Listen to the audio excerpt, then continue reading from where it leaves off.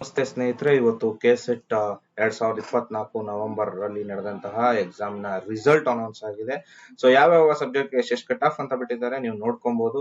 ಈಗ ನಾವು ನಿಮ್ ಮುಂದೆ ಮತ್ತೊಂದು ವಿಡಿಯೋನ ತರ್ತಾ ಇದೀವಿ. ಈ ಹಿಂದೆ ಇದಕ್ ಮುಂಚೆ ಎಷ್ಟಕ್ಕೆ ಕಟ್ ಆಫ್ ನಿಲ್ಬಹುದು ಅಂತ ಕೂಡ ಒಂದು ವಿಡಿಯೋ ಮಾಡಿದ್ವಿ. ಅದಕ್ಕೂ ಮುಂಚೆ ಈ ವರ್ಷದ ಕಟ್ ಆಫ್ ನ ಒಂದು ಟೋಟಲ್ ಏನು ಸಿನಾರಿಯೋ ಇದೆ ಆ ಸ್ಕ್ರೀನ್ ಅಲ್ಲಿ ನೀವು ನೋಡ್ತಾ ಇದ್ದೀರಾ.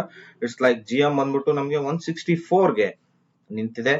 ಸೊ ಬೇರೆದೆಲ್ಲ ಸ್ಲಾಟ್ಸ್ ನೋಡಿ. ನಾವು ಪರ್ಟಿಕ್ಯುಲರ್ ಆಗಿ ಸರಿ ಮಾಡಿದಂತ ವಿಡಿಯೋದಲ್ಲಿ GM ಬಗ್ಗೆ ಫೋಕಸ್ ಮಾಡಿ ಹೇಳಿದ್ವಿ.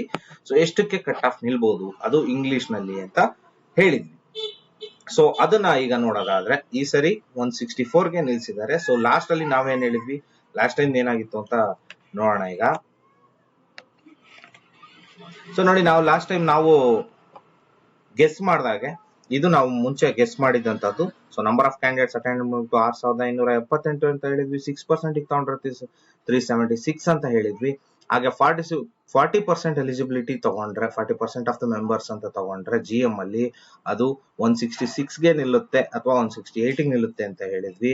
ಅದು ಇಫ್ ಇಟ್ ಈಸ್ 50% ಆದ್ರೆ it will be around 166 to 164 ಅಂತ ಹೇಳಿದ್ವಿ. ನಾವು ಹೇಳಿದ ರೀತಿನೇ ಎಕ್ಸಾಕ್ಟ್ ಆಗಿ 164 ಗೆ ಇವಾಗ ಕಟ್ ಆಫ್ ನಿಂತಿದೆ ಇಂಗ್ಲಿಷ್ ಅಲ್ಲಿ.